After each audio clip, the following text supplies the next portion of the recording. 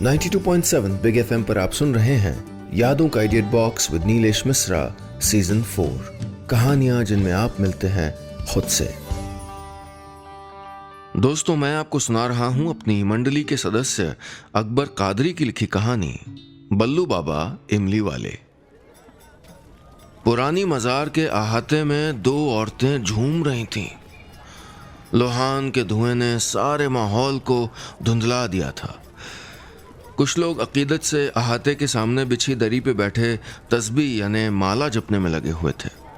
उन झूमती हुई औरतों में से एक उठी और गुलाटे मारने लगी। लोग भाग एक तरफ हो गए। रोज की तरह खलबली मच गई। उस औरत ने अपने खुले बालों को ऐसे झटका जैसे कोई हंटर हो और चीखी, छोड़ दे छोड़ दे छोड़ दे छोड़ दे, मुझे जाने दे इमली वाले। थोड़ी देर में मजार के हुजरे से निकल के बल्लू बाबा बाहर आए और पास रखे कोयलों में लोहान डाल दिया। धुएं का एक बादल निकल आया। बाबा बोले, सुन गुस्ताख शैतान, मुझसे ज़बान लड़ाता है। इन औरतों को छोड़ दे नहीं तो जिंदा जला दूंगा। कसम है मुझे इमली वाले बाबा की, छोटे पीर, हक अल्लाह हक अल्लाह। नहीं छोड़ूंगा नहीं छोड़ूंगा, औरत ने भारी आवाज में कहा। नहीं छोड़ेगा तो इसी तरह कैद में रहेगा शैतान। इतना कह के बल्लू बाबा ने एक मुट्ठी लोबान जलते हुए कोयलों में और दे मारा। अब की जोरदार गुबार उठा और औरतों के इर्द गिर्द फैल गया। वो औरतें कुछ शांत हो गईं और अहाते में जाके झूमती रहीं। बल्लू बाबा ने वहां बैठे लोगों से कहा, अब हमारी इबादत का वक्त हो गया है। पेशी अगली जुमेरात को होगी। लोग भाग जाने लगे। कोई बल्लू बाबा के हाथ चूमता तो कोई मुसाफे में उनको रुपया नजर करता। कुछ लोग लकड़ी की बड़ी सी गुल्लक में भी पैसे डालते हुए निकल जाते। उसमें लिखा था, चिरागी के लिए इमदाद। कुल मिला के बल्लू बाबा की जय जयकार हो रही थी। कुछ साल लापता रहे बल्लू मोहल्ले के नकारों में से एक थे। लेकिन हमारे मुल्क में यकीन ही तो वो पुख्ता चीज बची है जो जर्रे को आफताब बना दे। अब देखिए ना, इसी यकीन ने बल्लू को बेकार से बाबा बना दिया था।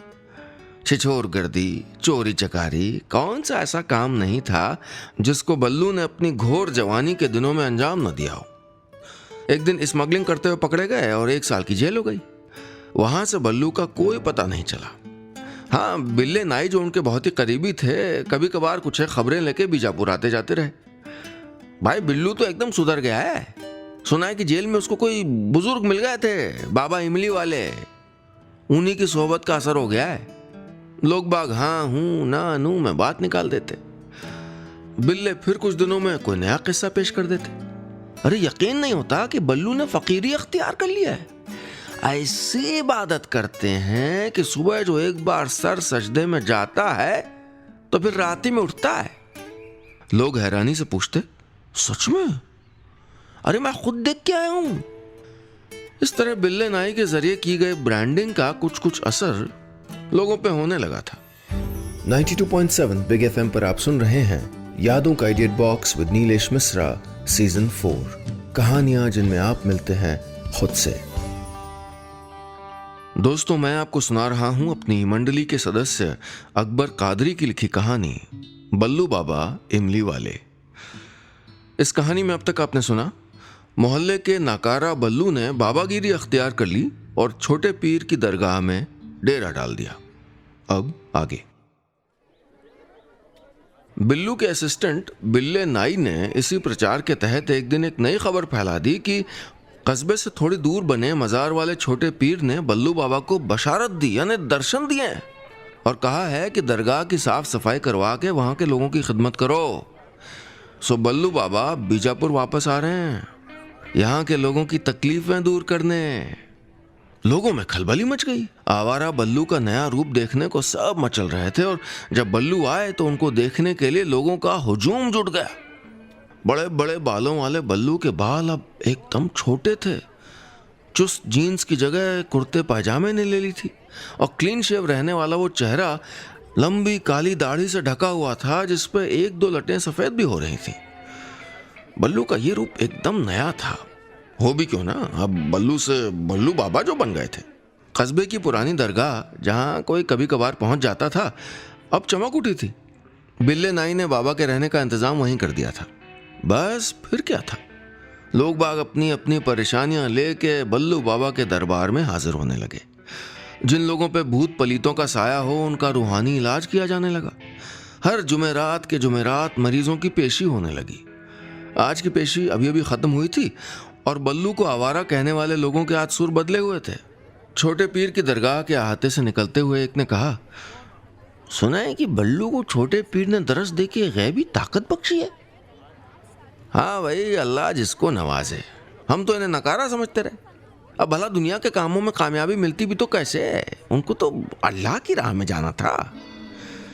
बिल्ले नाई ने बल्लू बाबा की तारीफ करते हुए बयां किया, बेशक बेशक, तो आप लोग अगली जुमेरात को आइए।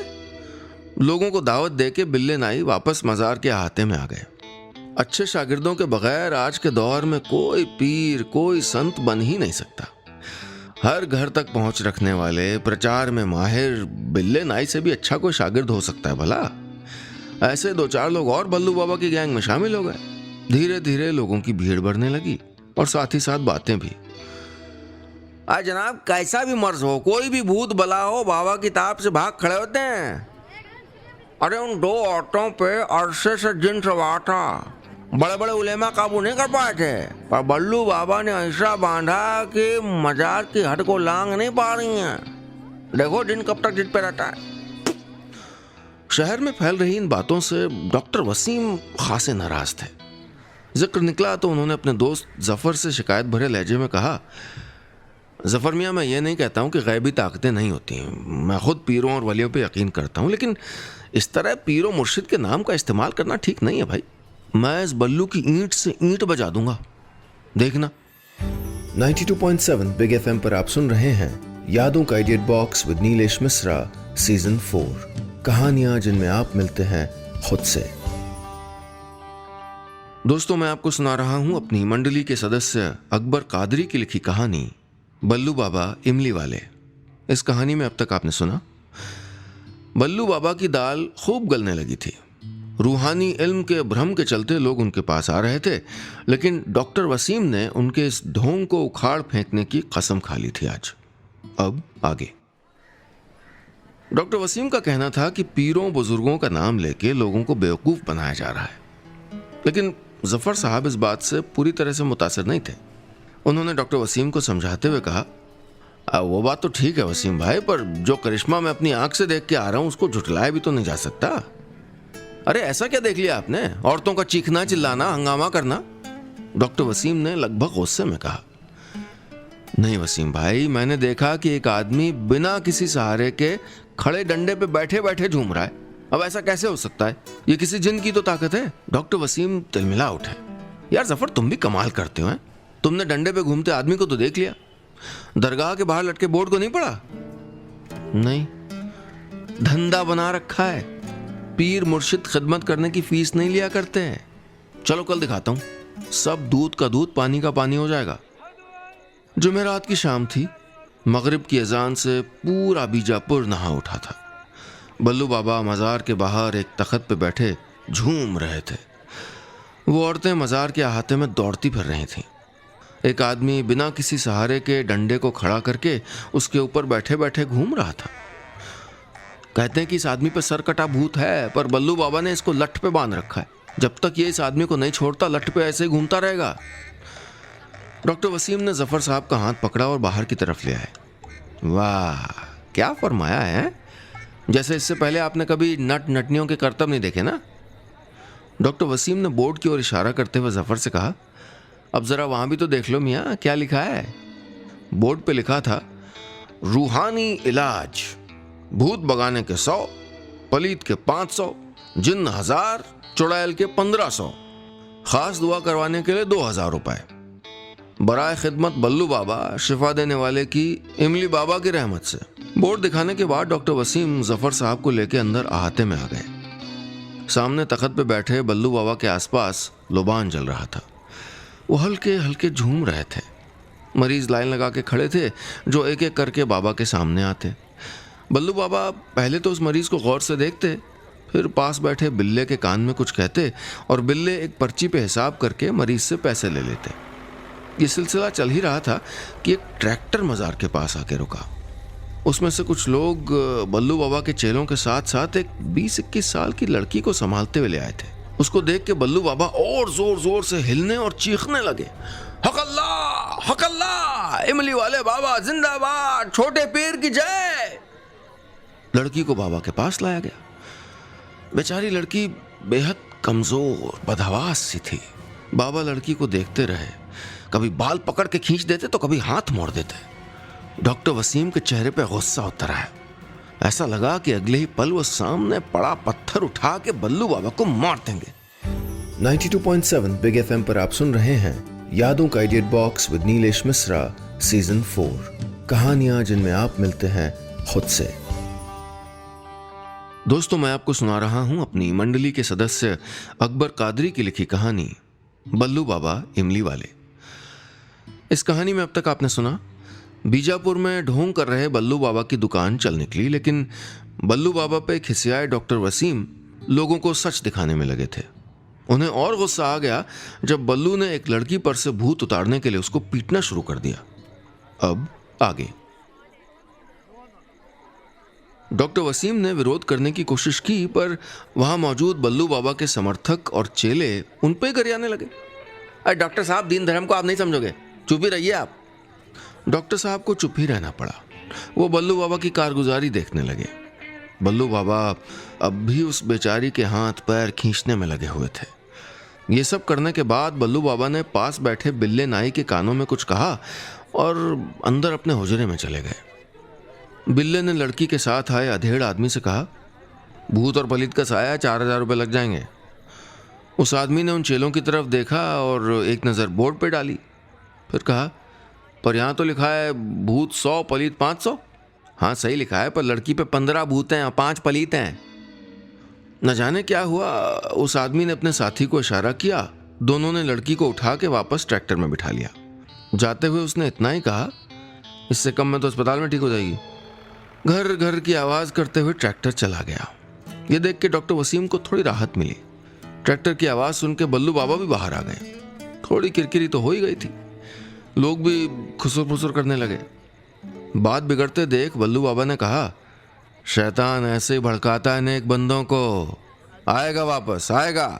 हक अल्लाह, हक अल्लाह, जय छोटे पीर की जय, इमली वाले की। थोड़ी ही देर में देखते क्या है कि वो ट्रैक्टर वापस आ गया और उस आदमी ने बल्लू बाबा के पैरों में गिरते हुए कहा, बाबा डॉक्टरों ने इनकार कर दिया, अब आप ही कुछ कर सकते हैं, हमसे गलती हो गई बाबा, कुछ कीजिए, बच्ची को बचा लीजिए।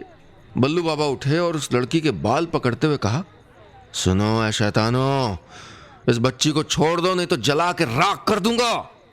थोड़ी देर झूमने झामने चीखने चिल्लाने के बाद लड़की को होश आ गया। ये देख के लोग नारे लगाने लगे, बल्लू बाबा जिंदाबाद, बल्लू बाबा जिंदाबाद। वहां खड़े डॉक्टर वसीम को कुछ समझ में नहीं आया। दाल में कुछ काला है, ये सोच के वो वहां से चले आए, लेकिन दिमाग में फितूर भी चल रहा था। क्या वाकई बल्लू बाबा को फकीरी मिल गई है?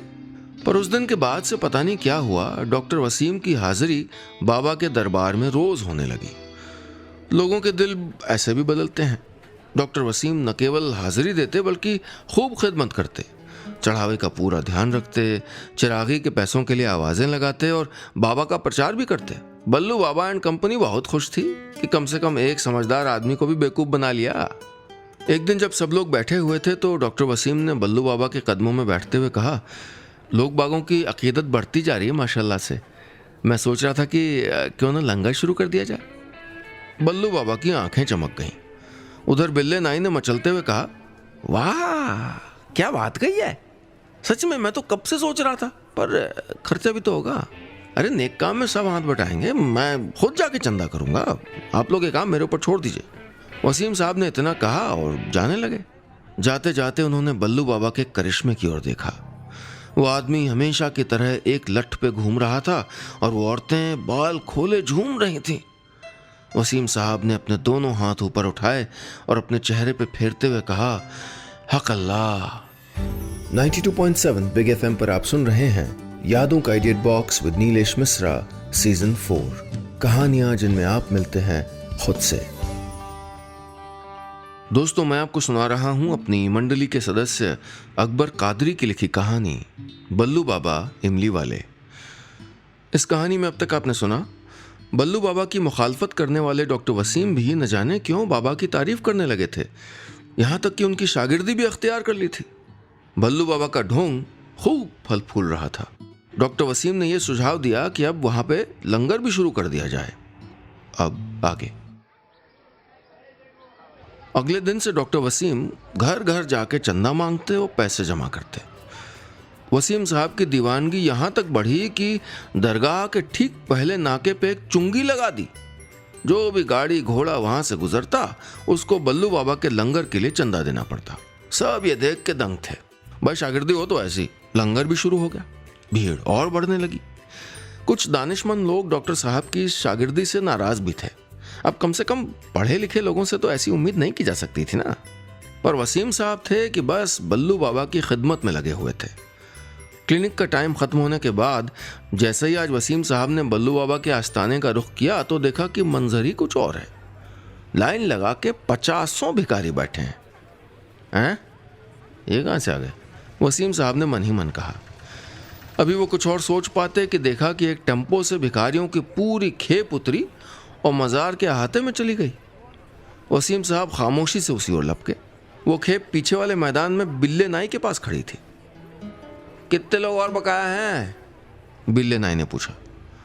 अब तो सब आ गए भाई, ये लीजिए। इतना कहते हुए उस खेप के एक अधेड़ भिखारी ने कुछ रुपए बिल्ले नाई को दे दिए। केवल 10,000? बिल्ले ने कहा। जी हाँ, पर अभी तो आस्थाना नया है। अरे हिसाब किताब कैसे होगा? बिल्ले ने शंका में पूछा। उस खेप में पीछे खड़ी एक औरत आगे आई और बोली, भाई जी आप तो अभी से हिसाब किताब में पड़ गए। अभी 1 रुपया हमारी जेब में आया नहीं है। अरे पुश्तों से हैं धंधे में। अगर बेईमानी करते तो 8 मज़ारों और 15 मंदिरों पे यूं ही ना जमे होते। हिसाब रोज का रखना है तो रोज का रख लो, हफ्ते का रखना है हफ्ते का रख लो, पर गारंटी दो कि कोई दूसरा खानदान नहीं जमेगा यहाँ। अरे किसी और को बुलाना होता तो तुमको क्यों बुलाते? बिल्ले ने जवाब दिया।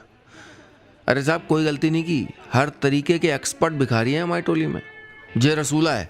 उस आदमी ने एक जवान लड़के का हाथ पकड़ के आगे किया जिसका एक पैर थोड़ा टेढ़ा था।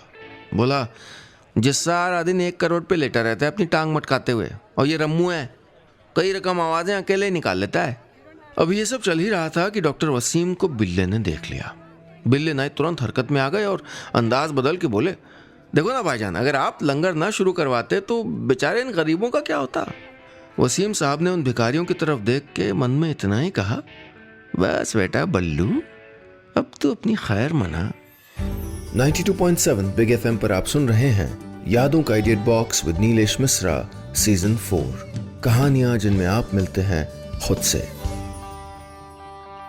दोस्तों, मैं आपको सुना रहा हूं अपनी मंडली के सदस्य अकबर कादरी की लिखी कहानी बल्लू बाबा इमली वाले।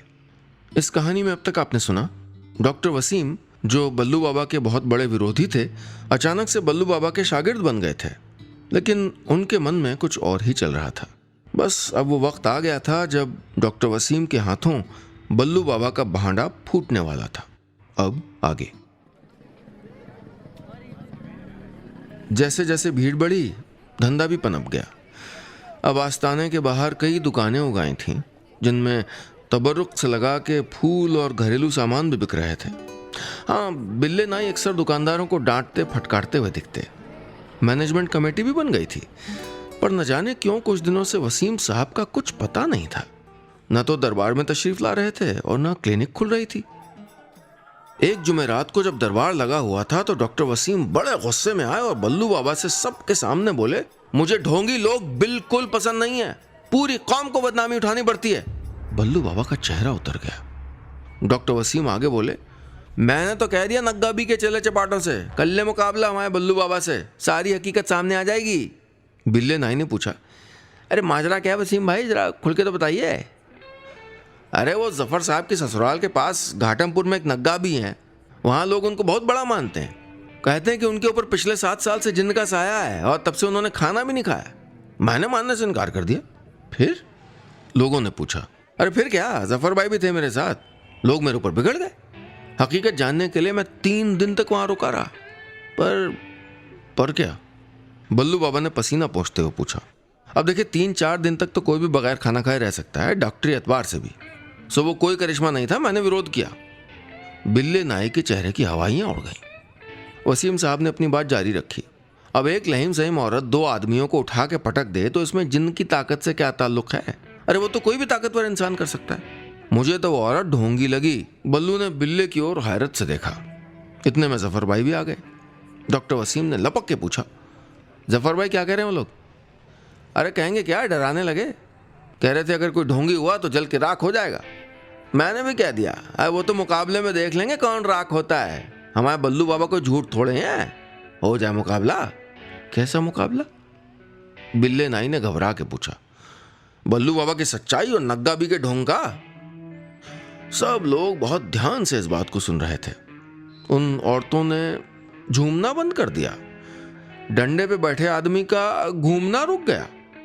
वसीम साहब ने लोगों से कहा, सुनिए हजरात, जब मैंने बल्लू बाबा के बारे में उस नग्गा बी को बताया तो उसने बाबा को ढोंगी कहा। अरे बाबा के बारे में ऐसे सुन के मेरा खून खौल गया और मैंने मुकाबले का ऐलान कर दिया। कल शाम को होगा मुकाबला। बोलो छोटे पीर जिंदाबाद, इमली वाले बाबा बल्लू जिंदाबाद। पब्लिक जयकारे लगाने लगी। रात हो गई थी। मज़ार पे चिराग की रोशनी में कुछ आकृतियां हिलती नजर आ रही थीं। वो औरतें बल्लू बाबा के पास बैठी थीं। आदमी भी डंडे से नीचे उतर आया था। बिल्ले ने हाँफते हुए कहा, पूरे शहर में मुकाबले का हंगामा है। सुना है कि नग्गा भी कईयों को जला के राख कर चुकी है।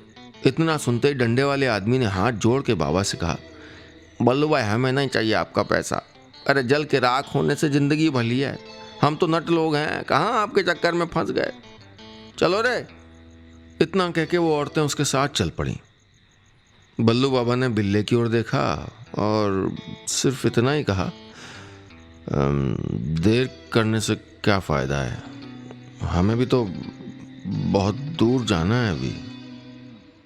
बस इतनी सी थी ये कहानी। दोस्तों कहीं जाइएगा नहीं, क्योंकि थोड़ी देर में वापस आता हूं लेके आपका पुराना पसंदीदा ऑडियो पोस्टकार्ड। सुनते रहिए यादों का idea box with Nilesh Mishra season 4, कहानियां जिनमें आप मिलते हैं खुद से, सिर्फ 92.7 बिग एफएम पर।